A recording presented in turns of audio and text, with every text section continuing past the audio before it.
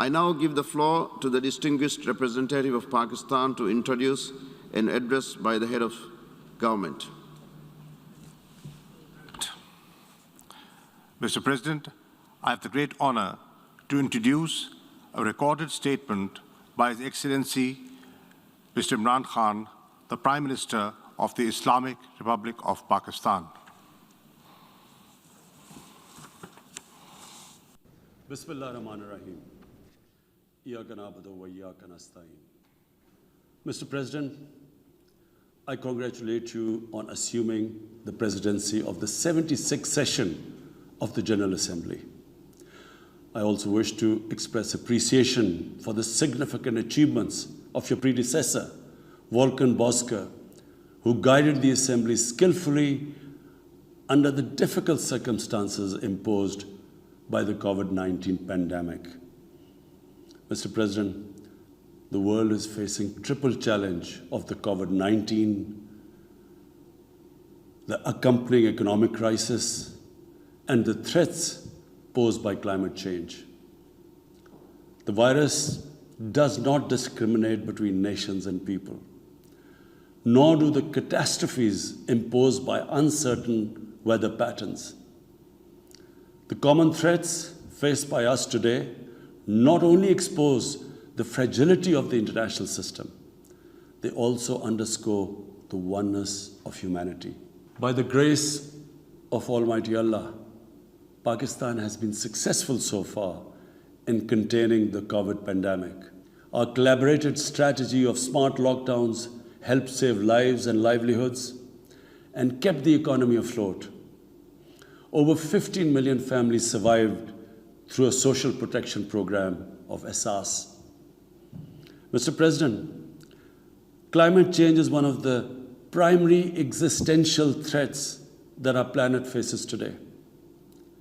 Pakistan's contribution to global emissions is negligible, yet we are among the 10 most vulnerable countries to the effects of climate change in the world.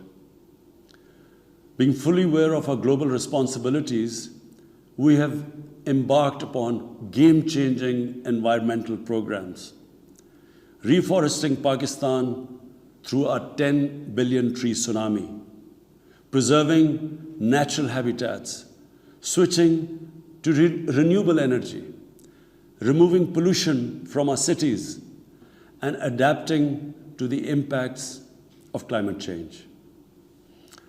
To address the triple crisis of COVID pandemic, economic downturn, and climate emergency, we need a comprehensive strategy that should include, number one, vaccine equity. Everyone, everywhere, must be vaccinated against COVID, and as soon as possible. Two, adequate financing must be made available to developing countries. This can be ensured through comprehensive debt restructuring, expanded ODA, redistribution of unutilized SDRs, and allotment of a greater proportion of SDRs to developing countries. And finally, provision of climate finance. Three, we must adopt clear investment strategies which help alleviate poverty, promote job creation, build sustainable infrastructure, and of course, bridge the digital divide. I propose that the Secretary General convene an SDG summit in 2025 to review and accelerate implementation of sustainable development goals. Mr. President, because of the plunder of the developing world by their corrupt ruling elites, the gap between the rich and the poor countries is increasing at an alarming speed. Through this platform, I've been drawing the world's attention towards the scourge of illicit financial flows from developing countries. The Secretary General's high-level panel of financial accountability, transparency, and integrity, called the FACTI panel, has calculated that a staggering $7 trillion in stolen assets are parked in financial haven destinations. This organized theft and illegal transfer of assets has profound consequences for the developing nations. It depletes their already meager resources, accentuates the levels of poverty, especially when laundered money puts pressure on the currency and leads to its devaluation. At the current rate, when the FACTI panel estimates that $1 trillion every year is taken out of the developing world, there will be a mass exodus of economic migrants towards the richer nations. What the East India Company did to India, the crooked ruling elites are doing to the developing world, plundering the wealth and transferring it to Western capitals and offshore tax havens. And Mr. President, retrieving the stolen assets from the developed countries is impossible for poor nations. The rich countries have no incentives or compulsion to return this ill-gotten wealth. And this ill-gotten wealth belongs, remember, to the masses of the developing world. I foresee in the not-too-distant future, a time will come when the rich countries will be forced to build walls to keep out economic migrants from these poor countries. I fear a few wealthy islands in the sea of poverty will also turn into a global calamity like climate change. The General Assembly must take steps meaningfully to address this deeply disturbing and morally repugnant situation, naming and shaming the haven destinations and developing a comprehensive legal framework to halt and reverse the illicit financial flows are most critical actions to stop this great economic injustice. And at a minimum, the recommendations of the Secretary General's FACTI panel should be fully implemented. Mr. President, Islamophobia is another pernicious phenomenon that we all need to collectively combat. In the aftermath of the 9/11 terrorist attacks, terrorism has been associated with Islam by some quarters. This has increased the tendency of right-wing, xenophobic, and violent nationalist extremists and terrorist groups to target Muslims. The UN Global Counterterrorism Strategy has recognized these emerging threats. We hope the Secretary General's report will focus on these new threats of terrorism posed by Islamophobes and right-wing extremists. I call on the Secretary General to convene a global dialogue on countering the rise of Islamophobia. Our parallel efforts at the same time should be to promote interfaith harmony, and they should continue. Mr. President, the worst and most pervasive form of Islamophobia now rules India. The hate-filled Hindutva ideology propagated by the fascist RSS-BJP regime has unleashed a reign of fear and violence against India's 200 million Muslim-strong community. Mob lynching by cow vigilantes, frequent pogroms such as the one in New Delhi last year, discriminatory citizenship laws to purge India of Muslims, and a campaign to destroy mosques across India and obliterate its Muslim heritage and history are all part of this criminal enterprise. New Delhi has also embarked on what it ominously calls the final solution for Jammu and Kashmir dispute. It has undertaken a series of illegal and unilateral measures in occupied Jammu and Kashmir since 5th August 2019. It has unleashed a reign of terror, by an occupation force of 900,000. It has jailed senior Kashmiri leadership, imposed a clampdown on media and internet, violently suppressed peaceful protest, abducted 13,000 young Kashmiris and tortured hundreds of them. It has extrajudicially killed hundreds of innocent Kashmiris in fake encounters and imposed collective punishments by destroying entire neighborhoods and villages. We had unveiled a detailed dossier on gross and systematic violations of human rights by the Indian security forces in occupied Jammu and Kashmir. This repression is accompanied by illegal efforts to change the demographic structure of the occupied territory and transform it from a Muslim majority into a Muslim minority. Indian actions violate the resolutions of the United Nations Security Council on Jammu and Kashmir. They clearly prescribe, the resolutions clearly prescribe that the final disposition of the disputed territory should be decided by its people through a free and impartial plebiscite held under the UN auspices. India's action in occupied Jammu and Kashmir also violate international human rights and humanitarian laws, including the Fourth Geneva Convention, and amount to war crimes and crimes against humanity. It is unfortunate, very unfortunate, that the world's approach to violations of human rights lack even-handedness and even are selective. Geopolitical considerations or corporate interests, commercial interests, often compel major powers to overlook the transgressions of their affiliated countries. Such double standards, and the most glaring in case of India, where this RSS BJP regime is being allowed to get away with human rights abuses with complete immunity.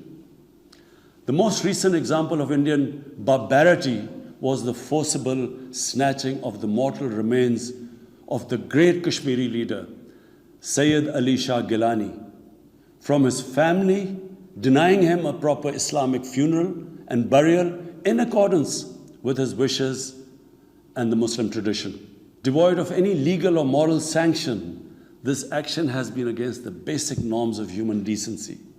I call on this General Assembly to demand that Sayyid Gilani's mortal remains be allowed to be buried in the Cemetery of Martyrs with the appropriate Islamic rites.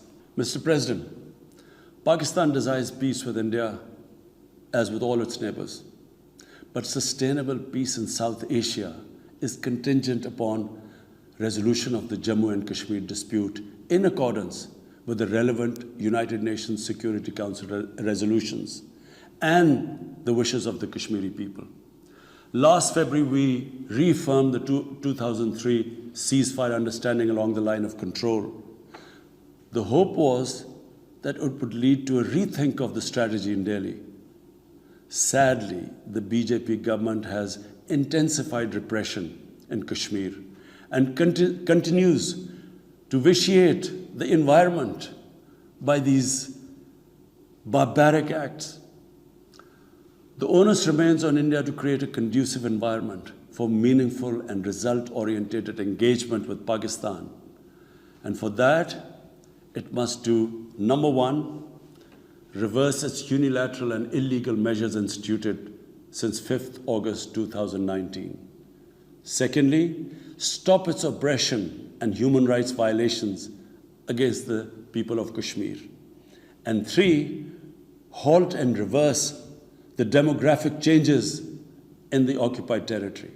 It is also essential to prevent another conflict between Pakistan and India. India's military buildup, development of advanced nuclear weapons, and acquisition of destabilizing conventional capabilities can erode mutual deterrence between the two countries. And now, Mr. President, I want to talk about Afghanistan. the current situation in Afghanistan, for some reason, Pakistan has been blamed for the turn of events by politicians in the United States and some politicians in Europe. From this platform, I want them all to know the country that suffered the most, apart from Afghanistan, was Pakistan when we joined the US war on terror after 9/11. 80,000 Pakistanis died. $150 billion was lost to our economy. There were 3.5 million internally displaced Pakistanis. And why did this happen? In the 80s, Pakistan was a frontline state in fighting against the occupation of Afghanistan. Pakistan and the United States trained Mujahideen groups to fight for the liberation of Afghanistan. Amongst those Mujahideen groups were Al-Qaeda, were various groups from all over the world. There were Mujahideen, Afghan Mujahideen. These were considered heroes. President Ronald Reagan invited them to White House in 1983. And according to news items, he compared them to the founding fathers of the United States. They were heroes. Come 1989, the Soviets leave. So do the Americans, abandon Afghanistan. Pakistan was left with 5 million Afghan refugees. We were left with sectarian militant groups which never existed before. But the worst cut of it was that a year later, Pakistan was sanctioned by the US. We felt used. Fast forward 9/11, Pakistan is needed again by the US because now their US-led coalition is now invading Afghanistan, and it could not happen without Pakistan providing all the logistical support. What happened after that? The same Mujahideen that we had trained that fighting foreign occupation was a sacred duty, a holy war, or jihad, they turned against us. We were called collaborators. They declared jihad on us. Then all along the tribal belt bordering Afghanistan, the Pakistan semi-autonomous tribal belt, where no Pakistan army had been since our independence, they had strong sympathies with the Taliban, Afghan Taliban, not because of their religious ideology, but because of Pashtun nationalism, which is very strong. Then there were 3 million Afghan refugees still in Pakistan, all Pashtuns, living in camps, 500,000, the biggest camp, 100,000 camps. They all had affinity and sympathies with the Afghan Taliban. So what happened? They too turned against Pakistan. For the first time, we had militant Taliban in Pakistan. And they too attacked Pakistan government. When our army went in the tribal areas for the first time in our history, whenever an army goes into civilian areas, there's collateral damage. So there was collateral damage, which multiplied the militants to seek revenge. But not just that. The world must know that in Pakistan, there were 480 drone attacks conducted by the US. 480 drone attacks. And we all know that drone attacks are not that precise. They cause more collateral damage than the militants they are targeting. So, who did the people whose relatives were being killed, who did they seek revenge? Against Pakistan. Between 2004 and 2014, there were 50 different militant groups attacking the state of Pakistan. At one point, people like us were worried that will we survive this? There were bombs going all over Pakistan. Our capital was like a fortress. Had it not been for one of the most disciplined army in the world and one of the best intelligence agencies in the world, I think Pakistan would have gone down. So when we hear this at the end, there's a lot of worry about in the US about taking care of the people who helped them, the interpreters and everyone who helped the US. What about us? The only reason we suffered so much was because we became an ally of the US, of the coalition in the war against Afghanistan, where there were attacks being conducted from Afghan soil into Pakistan. At least there should have been a word of appreciation. But rather than appreciation, imagine how we feel when we are blamed for the turn of events in Afghanistan. After 2006, it became apparent to everyone who understood Afghanistan's history that there would be no military solution in Afghanistan. I went to the US, I spoke to think tanks, I met at the time Senator Biden, Senator John Kerry, Senator Harry Reid. I tried to explain to them that there would not be any military solution and political settlement was the way to go forward. No one understood then. And unfortunately, in trying to force a military solution is where US went wrong. And if today,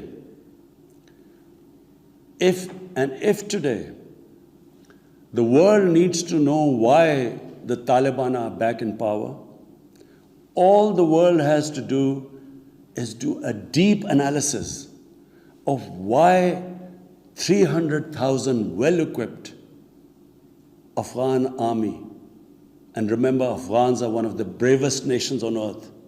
Why did this 300,000 Afghan army give up without a fight? The moment a deep analysis of this is done, the world would know why the Taliban are back in power, and it's not because of Pakistan. So, Mr. President, right now, the whole world community should think, what is the way ahead? There are two paths we can take. If we neglect Afghanistan right now, according to the UN, half the people of Afghanistan are already vulnerable. And by next year, almost 90% of people in Afghanistan will go below the poverty line. There's a huge humanitarian crisis looming ahead. And this will have serious repercussions, not just for the neighbors of Afghanistan, but it will have repercussions everywhere if a destabilized, a chaotic Afghanistan again becomes a safe haven for international terrorists. The reason why the US came to Afghanistan in the first place. So therefore, there is only one way to go. We must strengthen this current government, stabilize it, for the sake of the people of Afghanistan. What have the Taliban promised? They will respect human rights. They will have an inclusive government. They will not allow this soil to be used by terrorists. And they have given amnesty. Now, if the world community incentivizes them, encourages them to walk this talk, it will be a win-win situation for everyone. Because these are the four things that in Doha, when the US was talking to the Taliban, these were the conditions the dialogue was all about. So if the world can incentivize them to go this direction, then after all, this 20-year of presence, of coalition presence in Afghanistan would not be wasted, because Afghan soil would not be used for international terrorism. So I end my talk, Mr. President, by urging everyone that this is a critical time for Afghanistan. You cannot waste time. Help is needed there. Humanitarian assistance has to be given there immediately. And the Secretary General of the United Nations has taken bold steps I urge you to mobilize the international community and move in this direction. Thank you.